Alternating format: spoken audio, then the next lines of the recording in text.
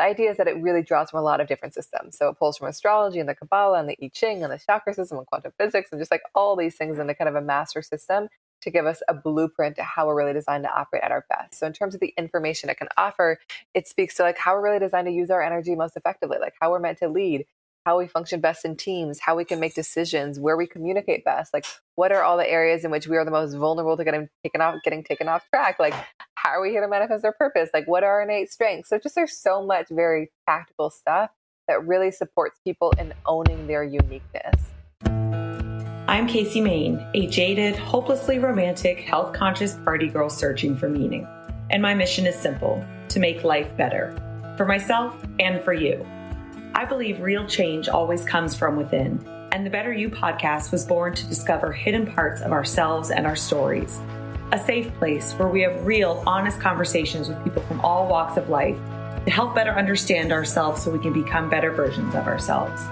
So come along on this journey of discovery with me so you can become a better you.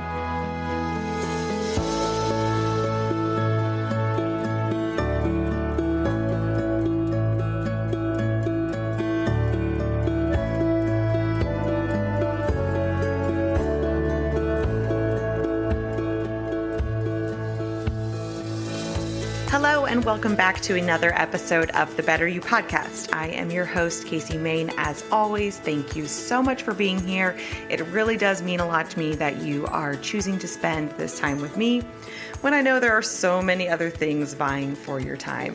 I am super excited about this week's episode. I have been following Erin Claire Jones and her human design work since I first heard of human design. Like if you start to do any research into it, you will absolutely come across her and her work because she is definitely one of the highly respected, like most regarded experts within the human design field. And it was just such an honor to be able to talk to her. You will definitely want to have your human design chart handy when listening to this episode. So don't worry, it's super easy to get and you can get it for free. Just go to her website at erinclairejones.com/lookup and you'll have to put in your birth date information. Heads up that you will need to know the exact time that you were born. So if you don't know that information, see if you can find it. I know the birth certificates vary by state, but for Florida, like it only exists on the original birth certificate, not like any of the certified copies or anything. So find that exact time, go to her website, erinclairejones.com/lookup, put in your birthday information and get your human design chart so that you can follow along with us as we go through it. And she talks through just some of the components. I mean, there is so much information in this chart. And so then even more exciting news is that she was kind enough to offer us, listeners of the podcast, a 10% discount on ordering a blueprint for your specific human design chart. So that will be like a deep dive, multi-page document, totally specific to you and your human design. So the code for that will be the Better You. So again, you'll be able to get that on her website. And I'll remind you guys this at the end of the podcast. I'll link to all of this in the show notes. But if you go to erinclairejones.com, go to order the blueprint, put in code the Better You, and you will get a 10% discount. So thank you again to Erin for offering that to us. I've already ordered mine. I haven't received it yet, but I'm like super excited to get that. Another system kind of similar to human design is the gene keys. And if you haven't listened to that episode yet with Paul Kuhn, you'll definitely want to check that one out. It's titled Listening to Life and the Keys and Your Genes. And the gene keys and human design, I feel like they're like cousins. Like I think gene keys is like a branch off of human design. It's similar, but it's different. So both of them are super insightful to better understand yourself and how you work. The gene keys is kind of, I feel like a little bit more like higher level, conceptual, spiritual kind of, whereas human design is much more like tactical and practical in terms of how you make decisions. And as Erin calls it, it is like an operating system, like a blueprint for your life, like specific to you and your uniqueness. So, but both of them I think are very helpful. So while you're looking up your human design chart, you might as well look up your gene keys as well and listen to that episode with Paul Kuhn because it's another really good one. All right, so a little bit more about human design.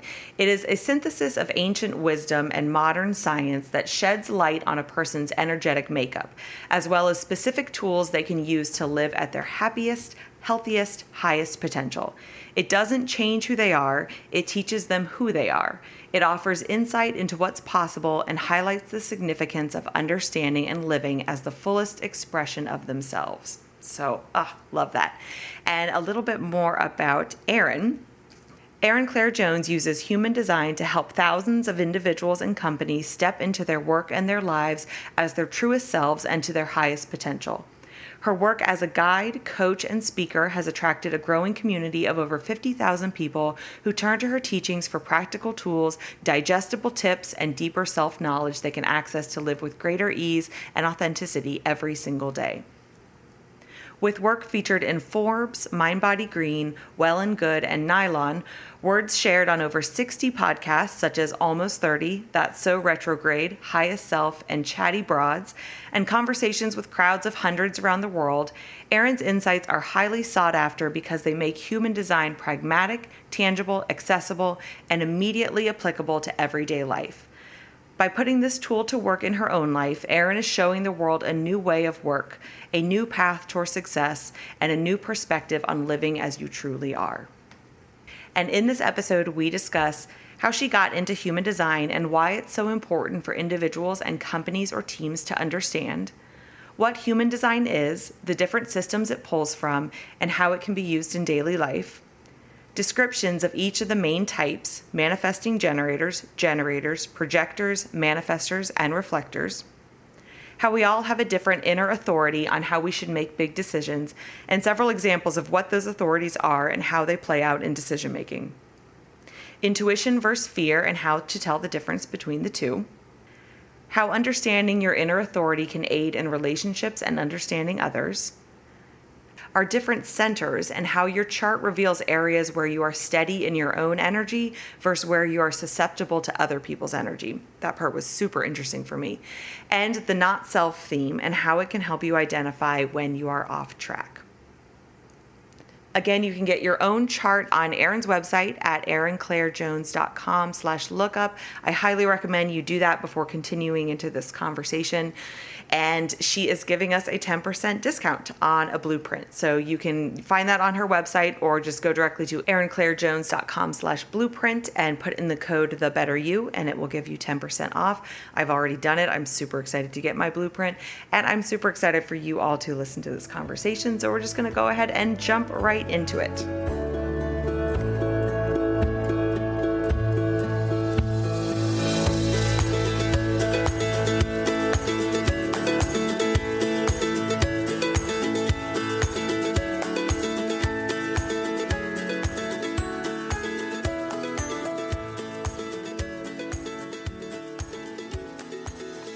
I'd love to start with just a little bit of your story and how you got into this work of human design. Yeah. So I have been working with human design since 2015, and it was very serendipitous. I had come from the world of startups, and I had basically worked with all these companies and just felt like a little bit, I just felt like there was so much dysfunction. I felt like there were amazing founders, amazing ideas, and no one really knew how to work together. And I think simultaneous to that, I'd been exploring a lot of different personal development modalities and systems and explorations. Like that's just always been a part of my journey, but it felt like two kind of separate worlds, my own personal kind of woo-woo journey and then working at startups. And I think when I discovered human design, it was at a party in New York where I live, and a guy sat next to me and basically looked at my human design on his phone. I'd never heard of this system, and he just started reflecting back to me all this stuff that felt so intuitive and felt so like me, but also felt like aspects of myself that I'd never really allowed myself to step into. And he ended that share with and we really are meant to work together. I was like, what? And he was just seeing kind of something around the compatibility of our designs was really, good for business. And so I was very intrigued. And then he started to kind of reveal different layers to me of how it could be used to kind of engineer teams, make businesses more effective, partnerships, all the things. And I was just so blown away, because I think that I had always kind of bridged these two worlds of being so practical, but also so out there. And I think human design was so magical, and that the information itself can be super esoteric because it does come from our birth information and it does come from the stars. but the information itself is like so grounded, so practical, so simple. And I could just feel the potential to like not only support individuals like me who are into this stuff, but also like people that were like so foreign to this stuff and like had never touched this stuff. I knew human design could kind of like penetrate them as well. So it's been a journey. I don't say it hasn't been like necessarily a smooth one. It's been an amazing one. But I was drawn in pretty immediately. And I also committed to working with my former business partner. I now have my own practice, but, before knowing much, he was so funny. He's like, Erin, like, you really haven't like, you don't really like understand the system yet. I was still new, but like to it, but like just part of me just like, so it just, I knew it in my bones. Like I knew there was so much potential there. And so then it was just so fun to discover it all.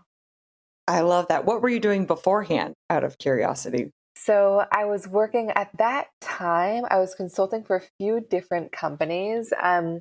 Honestly, I worked with lots of different startups. Like the first startup I ever worked at was more around like fintech. I was doing a lot of kind of community marketing. Then I supported some more wellness focused startups around kind of like, meditation and all sorts of things. Also just like curating gatherings. Like it was just like, I was working in so many different positions. I think whatever company I ended up at, it was like, they always just like put me in any position where like I would have to be the one that like dealt with the people.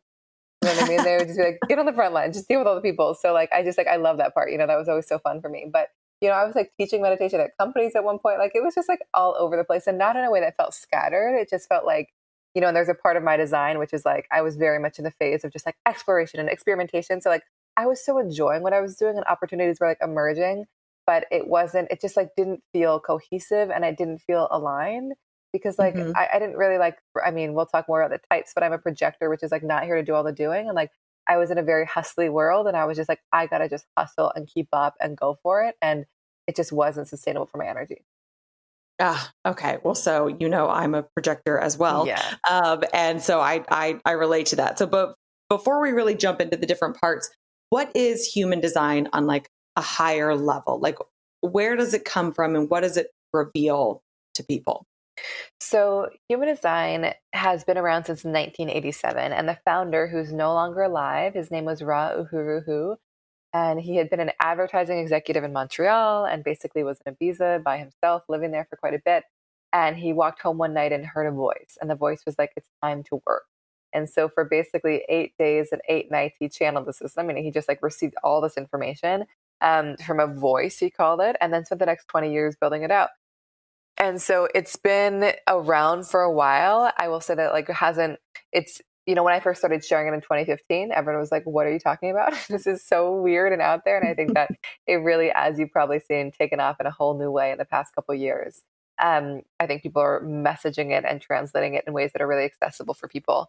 And also one piece I'll say is that like, even though, it was channeled, it can feel like, whoa, what is this thing? Like, the idea is that it really draws from a lot of different systems. So it pulls from astrology and the Kabbalah and the I Ching and the chakra system and quantum physics and just like all these things in the kind of a master system to give us a blueprint to how we're really designed to operate at our best. So in terms of the information it can offer, it speaks to like how we're really designed to use our energy most effectively, like how we're meant to lead, how we function best in teams, how we can make decisions, where we communicate best, like what are all the areas in which we are the most vulnerable to getting taken off track, like how are we here to manifest our purpose, like what are our innate strengths. So just there's so much very tactical stuff that really supports people in owning their uniqueness. Like I think the whole point of human design is that it's about our difference. It's about understanding how Mhm. unique and different each one of us is and giving us all the self-knowledge and the tools to really step into it. And the last piece I'd share is that I think I expected a lot of skepticism when I started sharing with people because I was like, this is crazy. What if it doesn't resonate? And I find that like I am so rarely telling people anything they don't know. It's like Mhm. I just like whether or not they're familiar at all. Like I work with one of a team that I've been working with this week. Like, they're just like they want to be so skeptical. It's like all older men, but they're just like every time we talk, Erin, it just gets more and more like eerily accurate. Like I'm not sure what to make of it. So it's just like it's not about telling people stuff they don't know. It's everything that they do know and haven't necessarily allowed themselves to step into. And it really just gives them permission to be themselves and the tools to own that. And that was my first experience of the system. I was like, wow, I spent a lot of my life trying to be a lot of things that I'm not. Like, is there actually another way? Yeah, and that's what I think is so incredibly powerful of it. Like kind of a combination. One, that it's very practical Yeah. in terms of the information it gives you. It's like a very kind of day to day how to navigate your life. Whereas the episode we did with Paul, who on Gene Hmm. Keys, like that was a little bit more high level conceptual, which is, this is more like, here's how you make decisions type of stuff. Yeah. Yeah. And then I think the other thing is that you're right, that if you have apprehensions about it because you place it in like the woo woo world, as soon as someone starts to read your chart, you're like, oh, yeah, that's me. I know. Just like, oh, like it's so funny. I've had a lot of people buy sessions, or one of my offerings, something called a blueprint, like for their partners. And I had a friend recently buy one for her partner for Valentine's Day. And I'd met him before and I saw him recently. And he's like, Erin, I was so freaked out. He was like, I don't know you that well. And I literally thought you'd been like following me around, because I was like, there is no other way that she knows about this stuff, you know? And I've had a lot of people's partners express just like, this is so creepy. How do they know everything? So yeah, once you hear the information, it's like, oh yeah. Yeah. And then if you really like think about what that means, because where the information is pulling from, the fact that it takes into account our birth chart and stuff, like that's some heavy stuff. Like that's some big picture like stuff if you really let it sink in. Mm-hmm. Totally. But I will say, really often people like feel a sense of relief. Like I really haven't experienced much where somebody's like, oh my God, I'm being put in a box that I don't want. Or like, what if this isn't me? It's so often like, oh my God, like send this to my partner and my mom and my boss. And just like, this is who I've been wanting to be my whole life. And you're just like letting me know that that's possible. Mm-hmm. Yes. I love it. Okay. So let's jump into the good stuff. Okay. So I think it probably makes the most sense that we start with the different types. Mm-hmm. So let's go through those and we can do them in any order that you want to. Okay. So, you know, just so you guys know, there are about 2 billion different configurations. So there's like a lot of specificity, and the type is just the first piece. So if you're like, oh, but I kind of resonate with pieces from that type and that type, totally normal. You know, this is just the first distinction. So high level, we have manifesting generators, projectors, reflectors, and manifestors. So manifesting generators and generators make up the most people, make up the majority of the population. Doesn't mean that these people are boring or all the same. It's just, again, these are just like the energy beings, the creators, like the Oprahs, the Steve Jobs, you know, just like the people that really have the energy to like build and create and do things. You know, the most important thing in the world for both of these types is that they're really doing work that is deeply satisfying to them. They're both kind of meant to wake up in the morning with a full tank of energy, to use up their energy in super satisfying ways throughout the day, and then kind of crash and wake up, recharge. If they haven't fully exhausted their tank, they might go to bed and feel like a little bit restless or just depleted because they actually haven't used their energy in a way that feels good. And the more they're using their energy in a way that feels good, the more they're kind of creating energy for everyone around them, including themselves. And the difference between the two is that manifesting generators often thrive when they have their energy in a lot of things at once. These people are kind of multi-passionate by nature and are not meant to do just one thing or have a very linear path. And so often manifesting generators in particular have been made to feel like super scattered, or like they're doing too much, or they're not finishing enough, but like they actually need that level of stimulation to like be excited and like be on track. And so it's often like such a relief for them to hear that.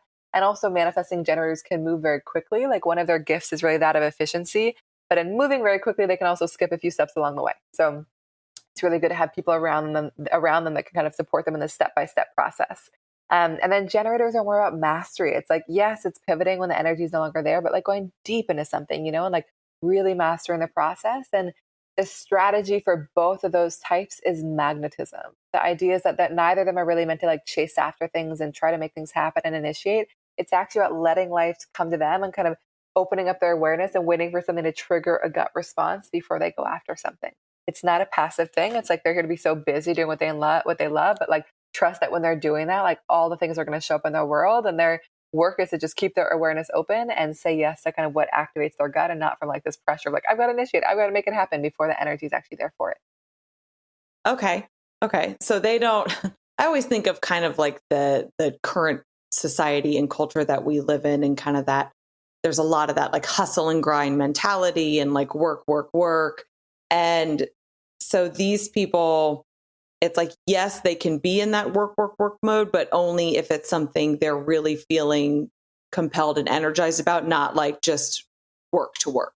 Exactly. Like they really are not here to like work to work. And the thing is, they might be good at it, but it's like they're not going to have the energy. Like they're going to be so depleted. Like I had a manifesting generator client, I don't know, probably a couple years ago now. And she was so funny. She's like, yeah, like I've been really successful because like I have the energy to make things happen. But she's like, I can't even imagine what's possible if I'm actually like lit up by the thing, you know? So if Mhm. they're not excited, like they might be able to get it done, but like it's just going to drain their battery so quickly.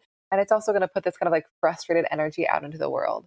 But when they're like so lit up and excited, it's like the most magnetic thing to be around. And like it does kind of like it's so advantageous to like their partner and everyone that they're lit up by what they're doing because they bring so much more kind of uplifting energy to the world. So yeah, so much more is possible and they're actually excited by what they're doing. Gotcha. Okay. Make sense? Yes. Yes. All right. Who's Okay. next? So we've got projectors. So you and I are both projectors. So projectors are the next biggest. It's about 20% of the population. And these are really the people that are here to kind of be the advisors, the leaders, the guides, the teachers, not here to do all the doing. You know, and so often I can speak for myself as a projector. I was really caught up in trying to be a generator and trying to be a manifesting generator. And so much of being a projector is knowing that your worth is not about like how hard you're working or how much you're doing. Like it's in your perspective. It's in the way that you see the world. It's like kind of the unique value that you bring.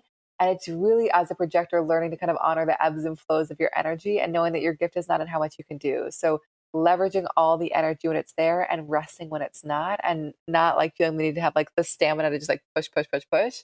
Um, and also projectors are very wise about like energy and how people can kind of best like use their own energy, use each other's energy. Like they're just like such natural guides. And so knowing how to like fully leverage a team, you know, or even like as a therapist or a coach, like they're just like so focused and oriented towards the other and are so gifted at making others feel really recognized and seen. Often people like love to be around projectors if they're ready to kind of be recognized and seen. Our energy can be a little bit intense if people aren't ready for that. And then the strategy for us as projectors is waiting for a sense of recognition and invitation before engaging. And so basically, the idea is because you bring such a unique perspective and just kind of way of seeing the world and doing things to the table, it's so important that that kind of gift feels invited in and recognized. So you're not kind of brought into something and expected to operate like a generator or expected to operate like a manifesting generator. Um, and the invitation doesn't apply to everything. You know, I got a message on Instagram the other day. A woman was like, "Can I like not move to a new city until I get an invitation?"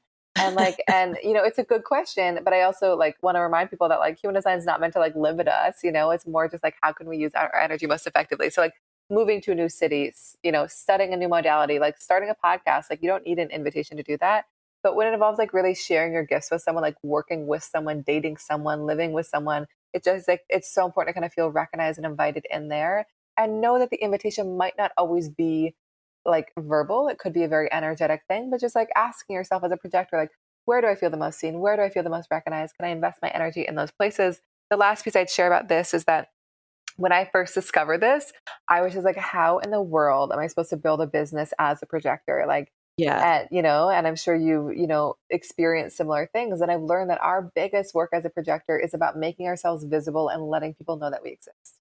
And basically, like, we cannot be invited in unless people see us. And so, like, while we maybe aren't going to find the most success if we like pitch everyone and initiate, like, just letting people know that we exist is one of the most powerful things we can do. And so, the first iteration of my human design company, we were like pitching companies. We were like totally focused only on the corporate environment, and there was a lot of resistance. And I think that since I've had my own practice with my partner, my new partner, it's really been about like, how can I just share about what I'm doing in a really broad way through Instagram and newsletters and talks, and like by kind of putting myself out there in that way, it kind of magnetizes all the right people to me. Yes. So when I first looked up my chart and read this and read the explanation of projector, I was like, oh man, are you kidding me? Because Mm, I don't know, I felt like it's so difficult to, and again, maybe going back to the kind of current culture that we have and the culture I was raised in, you know, to be, um, you know, like be determined and hardworking and go after all these things. And then I definitely in my life have pushed in certain directions where I wasn't necessarily invited. And then that didn't end up being the right direction for me. So I mm, struggle. I'm very aware of this now, but I definitely struggle with it because it almost feels like I'm not really in control. what do you mean? Because if I'm like always waiting for the invitation, then I can't Mm, like, I don't know live in what it? ideas to like move towards. Yeah. Like I'm kind of just like waiting. Like it requires this level of trust that It does. people are going to It come does. knocking on my door. Yeah, and it really does require trust, you know? And I think that like one of the best things that we can do is just like as a projector, just like hone our craft, like hone whatever it is we feel drawn to and like recognize ourselves first. Like it's very challenging for people to recognize us if like we don't recognize ourselves and aren't actually honing the thing we feel drawn to. Like I would say for the first 3 years I studied human design, like there was not a whole lot of recognition, like by my business partner for sure, but like everyone else was like, what are you doing? And I think that like even in that time, it wasn't actually getting the recognition immediately. I was just like so drawn and enamored by human design that I was like, someday people are going to see the magic of this, and I've got to just like keep becoming really good at it. And so Mm-hmm. like there was a long time where the recognition was not there, but I also just like recognized the value of it, recognized my ability to share it. So like I just kept honing the thing. So I think that like we do kind of have to recognize ourselves first. Like you and I both have twos in our profile, which basically means that like, profile is around how we're here to manifest our purpose. And the two is like often where we can add the most value is the things that come easiest and the most natural to us and are often not things that like we assign worth to. It's like, can I actually get paid for that thing? It just comes so easy. You know what I mean? Like we talked about Paul, who's a dear friend of mine. Like one of like the weirdest and best invitations in my life was like, Paul and I had been hosting this big kind of retreat upstate, and this guy came, who was opening these big buildings in New York. And afterwards, he literally just like, Paul's also too, so funny. He brought Paul and I to his house, and he was like, I need to hire you guys. Like, you need to help us open this thing. And we were just like, what in the world? Like, what would we do? And he was like, I don't know. Like, I just need you guys to be there. And we're like, okay. And it was just so funny because it was just like, there was like, he couldn't even articulate he just arbitrarily gave us like titles. But it was such a funny thing because it was like what the value that we brought was like not even like a thing that we could articulate. It was just like a thing that he felt. So with the twos, it's a little bit hard sometimes because we don't always see that thing as worth. It's like, can we actually get paid for that thing? But it's often just like the energy you bring is where you really create the most value. Okay. Well, and I love that kind of, that reframe of like recognizing yourself first, which ties into some of the stuff that my Gene Keys profile showed. So it all starts to make sense. So it's like always kind of giving yourself what you're, I guess, wanting from the external world, like starting with yourself. I mean, that's like the reason for this whole podcast. So totally on board with that. Okay. What's the next one? So then we got manifestors. So Paul's a manifestor, in case you guys listened to that episode. So manifestors are really the ones that are here to kind of like initiate and get things started and kind of get the ball rolling. They're the only type that are the ones that are really here to kind of like initiate. They often need a lot of freedom and autonomy and control. They're really not here to be kind of told what to do or managed or guided in any way. They're very much here to do things on their own terms, in their own way, and can feel very confined if anyone's like putting any limits on who they can be. They can struggle a little bit potentially in a corporate setting if they're like in a really rigid environment or they're being micromanaged. So often they thrive, like I said, with freedom. So if they're working for a company, it's just like, this is your domain, do what you please, like let us know how it goes. Like, if they can really be in charge of something. Or, a lot of manifestors that I am friends with and work with are also very entrepreneurial, kind of like starting their own things, like just charting their own path. While they are here to initiate, it doesn't always mean they're here to do all the doing, so kind of bringing on the support when they need. And often manifestors are pretty like cool being left alone to like do what they please. Like they're often very naturally independent. And the strategy for manifestors is all about initiating. So they're here to make the first move, but also about informing. So once they've made a decision, it's reflecting on all the people that decision is going to impact and making sure they kind of like let them know before they do it. It's not about asking for permission. It's not about explaining themselves. It's just like, FYI, I'm coming home from work late. I have chosen to go on this trip. I've chosen to like go this direction with this project. It's just like keeping people in the loop brings them so much more ease in kind of their life and also in their manifestation. Interesting. Okay. So they're like the initiators, then the generators and the manifesting generators are like the doers. And the projectors are more, I guess, guiding or advising. Okay. All right. So then where do the reflectors fall? So reflectors are 1%. So they're really the most rare. And these are people that are very sensitive to their physical environment and basically are always kind of taking in everything in their space and mirroring it back. So I always call them like our collective mirrors because you really get a good sense of like how a company is doing or a team is doing or a family is doing just by how a reflector is showing up. They're basically taking in the health of that space and mirroring it back. And they really, it's so important for them to kind of be ruthless curators of the people and the spaces they're around because they're going to take in and magnify whatever energy they're around. So making sure their office feels good, their home feels good, their city feels good. Because they are sensitive to energy in that way, it's really important for reflectors to kind of give themselves time to pull away from people. So they need to be with people, but they also need lots of time alone. So really finding that balance. A gift of reflectors, this is actually in your design as well, but it's really kind of magnified in reflectors, is that their identity is always shifting. Like their gift is not in their consistency or their fixedness, it is in their fluidity. And so they might feel really different around different people in different environments. And their work is to kind of just honor that fluidity of like, oh my God, this is what I feel like today. This is what I feel like around these people, rather than trying to kind of put themselves into one box. And the last piece I'd share is that in the context of companies and teams, we usually call these people evaluators, just because they've got this ability to just like evaluate what's going on and offer like a very kind of objective perspective in a very unique way. And so similar to projectors in some respects, it's really good for them to be in environments where their perspective is like so recognized and valued and invited in. I always say a good place for them in companies, which I know is not always like a thing that you can apply for, is like kind of the CEO whisperer. It's just like kind of the person next to the leader. It could be the leader too, but like the person next to the leader kind of whispering all the things that they see, and just like a place where again their value is like in their perspective and what they're seeing and kind of the insight they're bringing to the table. That's very interesting. Okay. How does that? Had you learned about all these types much before? Yes, I mean I've listened to you speak on them before and other podcast episodes, but I couldn't remember exactly what the reflectors were. But that's really interesting of kind of like the collective mirror.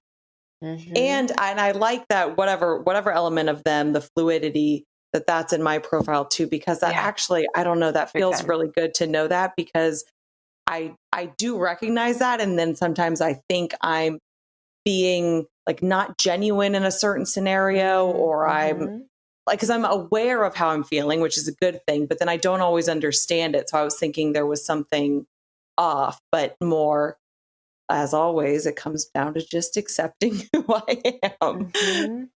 100%, and I think that like, that's why I'm saying the type is the first piece, because like we can consciously be different types or unconsciously be other ones. Like there are elements that might kind of spread across. So it's like, yeah, the fact that, reflectors, like all of them are going to be so fluid in their identity, but you also have a very fluid identity, so you're like, you're also going to be super sensitive to your physical space. You also might have the sense where it's like, I feel so different around this group of people and this group of people. And like, your work is never to be like, who am I? Or like, I got to figure out the one thing I am. It's like, what do I feel like today? What feels like me today? Who am I today? Like it is always changing, evolving, adapting, mutating. And your work is kind of surrendering to that rather than trying to put yourself in one. Okay. All right. I can get on board with that. Okay. So if the types are kind of like the first, I guess, like layer of distinguishment, what would be then like the next one? Because I mean, this chart is full of some information.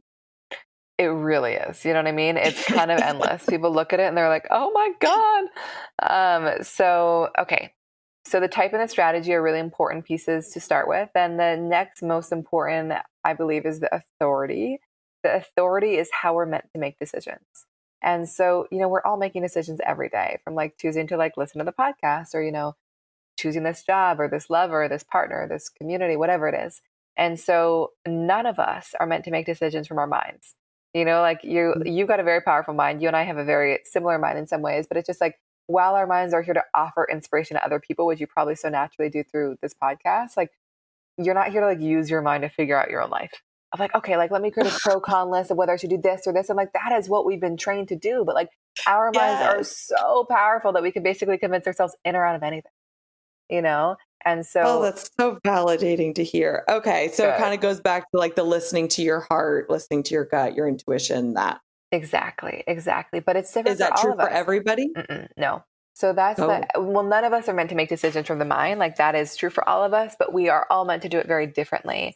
And there's so much advice out there, like, follow your gut, listen to your gut, like sleep on things, whatever it is. Like it just doesn't apply to all of us. You know what I mean? It's just like, I see that stuff. I'm like, that is so true for you, but it's just like not going to be true for everyone. So to give you some examples of like the differences. So you and I, while we're both projectors, make decisions very differently and actually sort of in an opposite way. So like, I'm what we call an emotional projector. So if you look up your design, and there are lots of places online, my website's erinclairejones.com/look-up. But if you look up your design and your inner authority says emotional or emotional solar plexus, it means that you are not meant to make big decisions in the moment. For you, clarity comes with time. And so I used to kind of send a lot of chaos out into my environment and also really regret things because I would make decisions so quickly and so impulsively and very quickly regret them. But I've learned that like I'm always riding an emotional wave. Like it is so natural for me to have highs and lows and highs and lows. And the most important thing I can do is not make decisions from the high or the low of my emotional wave. But basically give myself time to really feel into things before I commit. So I don't postpone decisions indefinitely, but often giving myself like 1 to 3 days can be really useful. Because I'll Mhm. often like say yes on the emotional high, and then I'll wake up the next day and I'm like, why in the world did I commit to this thing? So I need time. You are what we call a splenic decision maker. And so that basically means you are designed to be super impulsive and very spontaneous. And so Oh, I don't know. yes. Thank Do, you. okay, good. But it's so funny because like people like me, it's like I'm emotional and I'm like, oh my God, like I have always been so impulsive, so spontaneous. And often like the splenic decision makers I talk to, they're often like, oh, I feel like I should sleep on things. Like, can I make decisions this quickly? And I'm like, yes. So basically for you, it's all around your intuition. And intuition is, of all the ways of making decisions in human design, it is the absolute quietest. It's kind of this like quiet knowing that you feel. It's like a whisper, a voice, tingles that you feel, resonance with something or not. And it's so spontaneous. It disappears as quickly as it comes.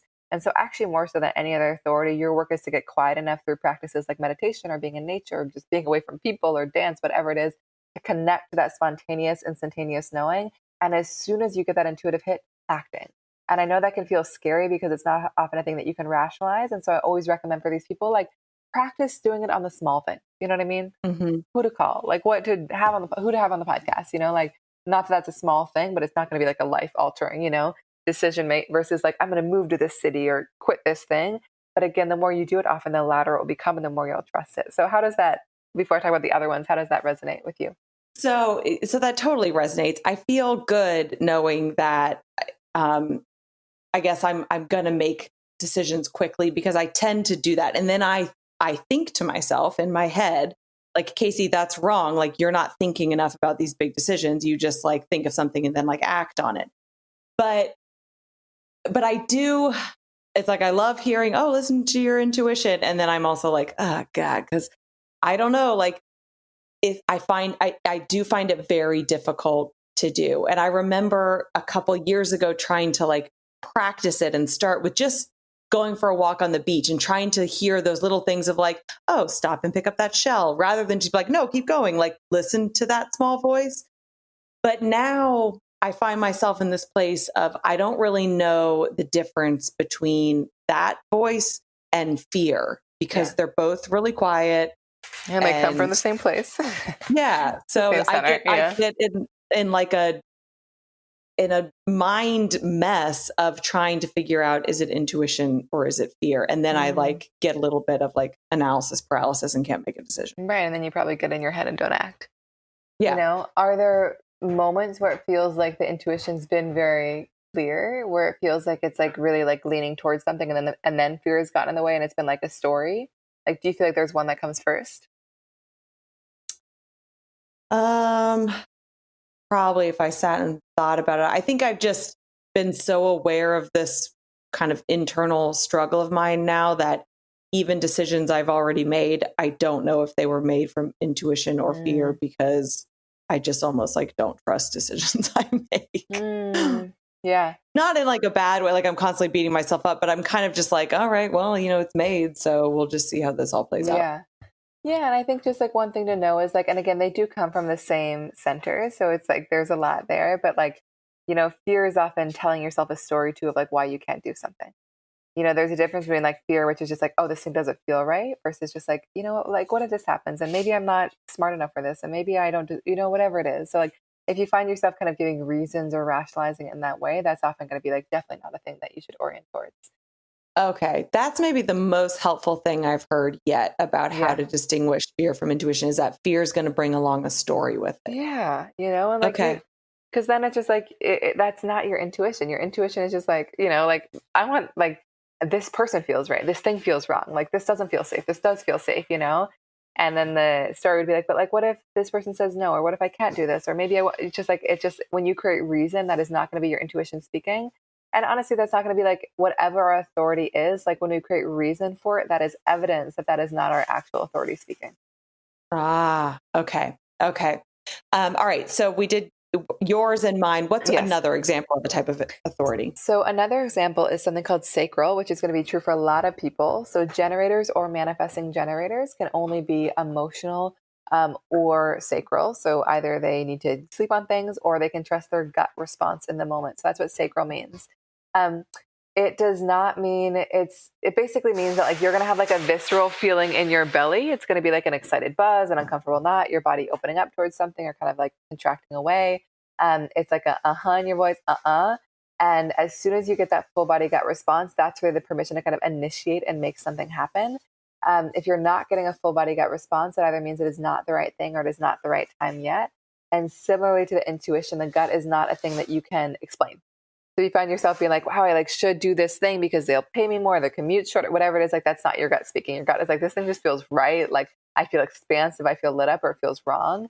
The gut is a thing that you can actually kind of trigger by asking the right questions. So it's really useful if you know somebody that has a sacral authority, which you're probably going to. If you ask them really specific questions rather than open-ended questions, it allows them to kind of connect into their gut. So instead of being like, what do you think we should do about this? Or where do you want to go for dinner? It would be like, do you think we should do this or this? Do you want to eat this or this? Like those kind of specific yes, no questions allow people to kind of bypass their mind and get them straight into their gut. Okay. So for those of us who don't have that authority, should we still be able to really feel those things in our gut? Like, is that a universal thing? It is not. Or is that really more? Okay. That is so validating to hear because, you hear all this stuff about, oh, well, you'll know what's right because you'll feel it, whatever. And what I love about this system is it's showing you like there's differences, like people are different. There's no like universal experience for everybody. And like, that's just so validating rather than sitting here thinking, God, what's wrong with me? I can't hear my gut. Like, well, my gut doesn't really talk. So that's and why. also like you just don't have a gut response. And you might sometimes, but like that's been so validating for me as well, because I'm just like, I'm like, I don't even know what that feeling in my belly is, and while it might appear sometimes it's not consistent or reliable, like what our authority is a thing in us that is reliable that we can always count on when we're making decisions, and so that, and also just like, you can imagine how useful it is to know how the people around you operate. Like, my partner is a sacral generator, meaning he makes decisions in the moment based on his gut response. I'm an emotional projector. Clarity for me comes with time. I can't make decisions spontaneously, or I can, but I often will regret them. And understanding that difference has been so validating, because I think that like I kind of leverage him for some of the quicker decisions because he does have this kind of immediate knowing. And also I like have given myself permission to really feel into things. So it's like, how can I honor my process, but also honor how different he is? And then to give you a little bit of context on some of the other ones, some people are, if you are a self-projected decision maker, which is only possible for projectors, it basically means that it's really important for you to talk things out. Your truth like becomes clear when you give it a voice. So the best thing that you can do is like surround yourself by people that you trust and just let yourself talk and kind of allow your truth to just emerge. And so often you'll say something and you're like, oh yeah, that's how I feel about a thing. So it's like, you're surrounding yourself by people that are not like giving you advice or have an agenda, but they're kind of like asking you questions and pulling your truth out of you. Interesting. Yeah. And then there's ego people, which is basically making decisions based on whether or not their heart's in it. There are mental projectors, which have that need to kind of talk things out, but also they're really super sensitive to their physical space. There are reflectors, which is so wildly unique. And this one always blows my mind, but every reflector I talk to seems to understand, which is all around giving themselves a full kind of lunar cycle, a full 28 to 30 days before they make a big decision. Oh, wow. I know. It's always like, I'm always like, what? And they're just like, and so funny. Like, most reflectors' response is like, yeah, sometimes like I need multiple cycles. So I think what I remind them, because I don't ever want it to feel like this like thing that is like paralyzing and they can't actually make a decision. It's just like, know that like you need time, and when possible, give yourself that time. But most importantly, don't surround yourself by people, whether it's colleagues or partners, that are like hurrying you or pressuring you, and just knowing that like there's so much clarity when you're actually like able to kind of go through a full cycle and really get the full picture. Yeah, because if you're one of those people and you've got like your inner friend circle of people you go to really talk things out are a bunch of, the sacral authority that they can feel it in their gut. And so they're sitting there going, well, what just feels right? What feels right? And then you're like, well, I don't know. And it turns out you need like a month to figure it out. Like Exactly. Yeah. Yeah. And even like a good example there is like, and this is actually going to be true for you too. So reflectors, I mean, this will be true for anyone that's not an emotional decision maker, but like, because, so you have an area in your design in which you kind of really feel other people's emotions and amplify them. Like, and so an example for a reflector or you is that you could get so kind of like amped up on somebody else's emotions that you make decisions from their excitement and not from your own intuition. Or reflectors make decisions from their excitement Ah, and not their kind of like knowing that comes over time. Do you see what I'm saying? yes. Okay. So it's I just like, definitely yeah, go have ahead. felt that I can like feel other people's emotions. I don't know if I don't know if I fully like then adopt them. I kind of want to. Sometimes when I'm around people that are really excited, I'm like, oh Yeah. man, like I want to be that excited. But Yeah. most of the time, like I don't. I stay pretty even keel. Good. But that's interesting to know. Yes. And yeah, and that's great. I think that like I had a good friend who is a sacral decision maker, and she would spend time with another one of our friends who's emotional. And so she was like would basically get so consumed in this woman's excitement about like her business, and she'd be like, "Oh my God, I have to do all these things." And then she'd like remove her energy and come back to her own space. And she was like, "Oh wow, none of that was mine." Yeah. And so it's just like it's again it's just so reinforces the point that just like knowing our own authority is knowing the thing that we can rely on as like a consistent way to make decisions that are correct for us. That is so incredibly helpful. I had not heard, I didn't know as much about the authority, different types of Mm. authority as I did the different types. But that's just, that is super, super helpful on like many levels for me personally. And I'm sure for listeners as well. Um, okay. So we got types, authority. The next kind of level of Yeah. starting to break us all apart or explain us? So the next one I would go into, and it's not really possible to like go through all of them, but it will give you a taste, is that one of the areas that I really recommend for people to dive into is the centers. So basically, if you look at a human design chart, you're going to see that some areas are colored in and some areas are white. Mhm. The areas that are colored in are kind of the areas where the energy is operating more consistently within you. It's kind of where you're putting your energy out into the world. And so for you, it's your drive, your intuition, your communication, your mind. The areas that are white and open, so you have 5 of 9, white and open, are the areas where you're the most receptive and open and vulnerable to taking in kind of other people's energy. So think of the white areas as where you're taking in and amplifying other people's energy, and the defined areas as the areas that are consistent within you and you're kind of projecting out into the world. I know that sounds like a little bit complicated, but the point being, when you know what your open centers are, when you know where you are most sensitive to other people's energy, you can become so aware of where you can get the most taken off track and not make decisions from that place. So, like, Ah, does that make sense? yeah. So is it I don't want to say normal, typical for people to have some colored and some white, or do some people have all colored or like Yeah. all white? So, most people are going to have like, they're going to have a combination of some open, some white. What makes a reflector is that every single center is white. And so they don't have any kind Uh, of centers colored in. And then there are some people that have every center colored in, very rare, more rare and than these kind reflectors. of Yeah, tie to our different chakra systems, right? But they then do. there's like added ones. Exactly. The idea is it's kind of like an evolved chakra system. But like, so some of the areas, and just so you guys know what the areas are, like one of the centers is all around your drive, like your ability to handle stress. Another one is around your kind of intuition and instinct, all around survival. One is around your sacral, kind of the gut response, life force, energy, vitality. One is around kind of your emotional awareness, your emotions. One is around your ego and self-esteem. One is around your identity and sense of direction. One is around your communication. One is around how you conceptualize things. And one is how you kind of take in inspiration. So Wow. clear? Yeah. I'm looking at this little chart of the 9 centers I had printed out. And so I'm kind of looking at which ones I have colored and which ones I have Yeah. open. And So just to um, give you an example, you want to hear some of your open ones just to get a sense of what it would. yeah, sure. Because they look a little suspect, but okay. So the areas that are open for you. So one is you have an open emotional center.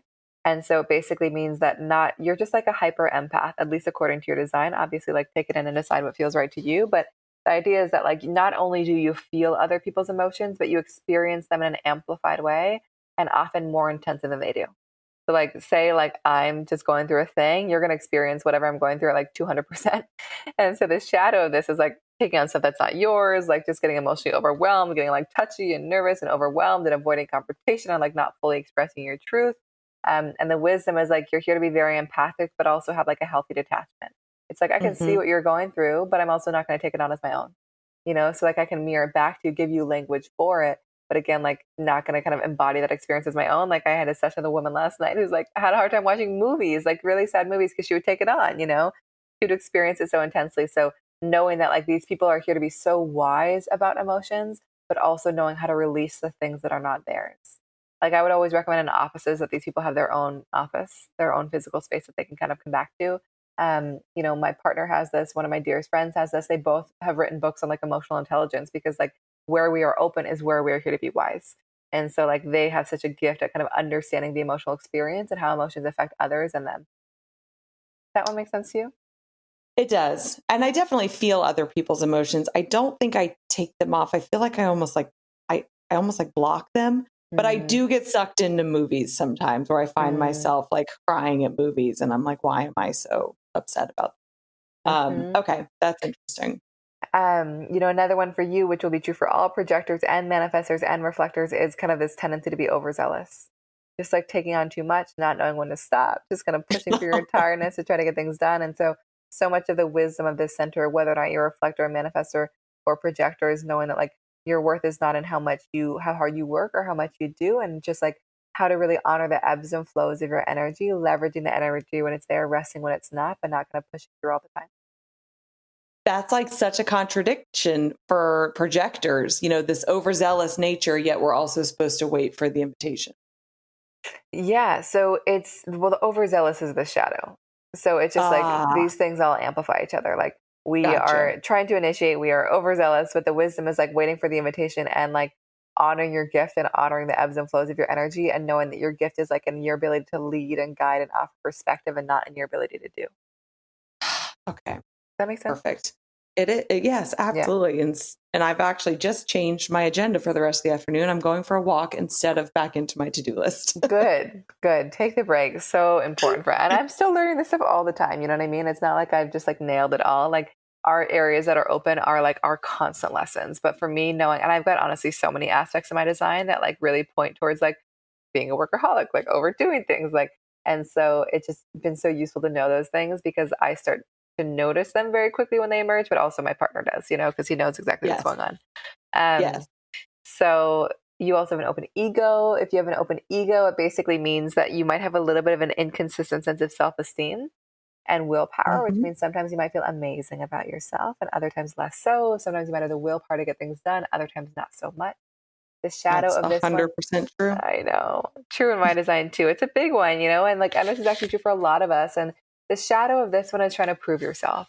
It's like overcommitting to things and overcompensating and overpromising to kind of prove your worth and prove that you're enough. And the work for you is to know that you got nothing to prove. And if you're ever letting that be the motivation, it's just not the correct one for you. And knowing that the people that have an open ego can also have a tendency to undervalue themselves. So just making sure you're kind of really asking for what you're worth and not undervaluing. Yep, that totally resonates. Yeah.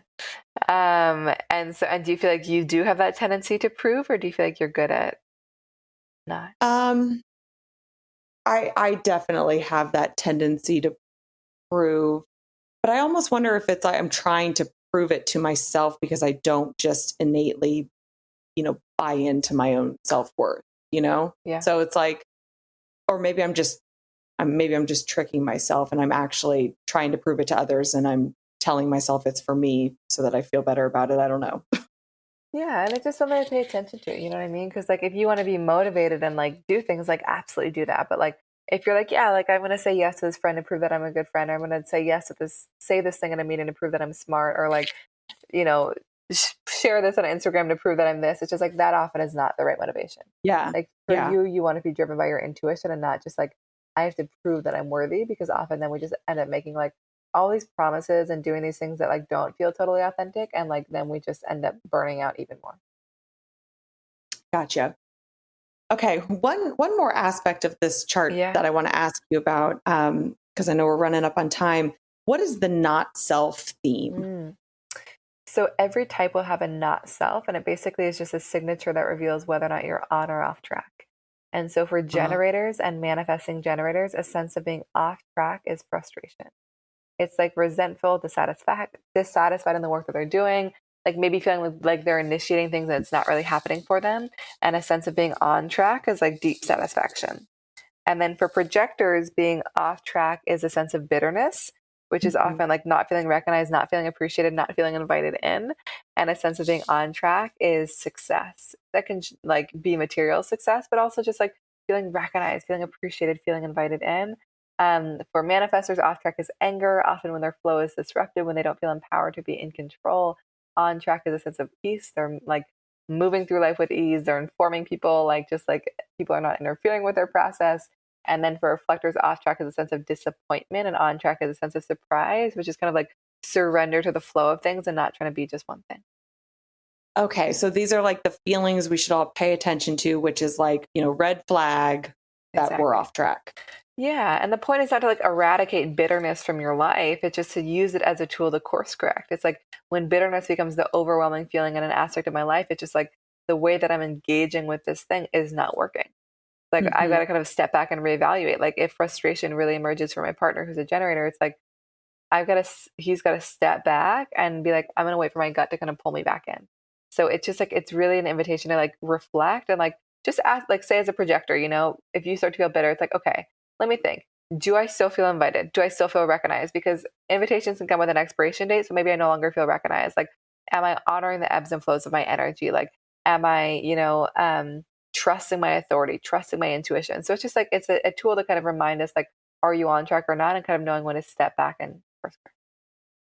Ah, I love it. It's so helpful and validating to hear you kind of, explain parts of my chart, but also just all the differences that exist. Because I think, and we kind of talked about this before, there are these certain like ways of being that are almost like the norm. And so then you start to think, oh, I'm not that way. Like, what's wrong with me? And I just think having this type of information on yourself and recognizing that there are like a gajillion other different, types and combinations is just very Mhm. validating that like we're all different. We make decisions differently, like we react to things differently. And like Yeah. the world needs all of us. The world needs all of us. Like, and if there's anything human design has taught me, is just like that we need each other. Like, none of us are Hmm. really meant to do this on our own. And like the magic, like my boyfriend is also my business partner. And it's just been like so useful because like I think that I used to feel all the pressure to like handle all the aspects of the business. And now it's like I know what I'm good at, which is like the human design piece. And like he handles the rest and he does the things that he's satisfied by. And so it just like it gives us so much permission to kind of operate in our lane and also honor the fact that people are so different than us. Like whether Hmm. it's our kids or whether it's a romantic relationship or whether it's our colleagues, like we can get really tripped up when we kind of expect someone to be more similar to us or different than what they are. And human design gives us the tools to understand like how different each person is and gives us the tools to kind of honor that part. And like it makes our relationships feel so much better because we're just like we're all so different and the magic really comes when you kind of step into that uniqueness.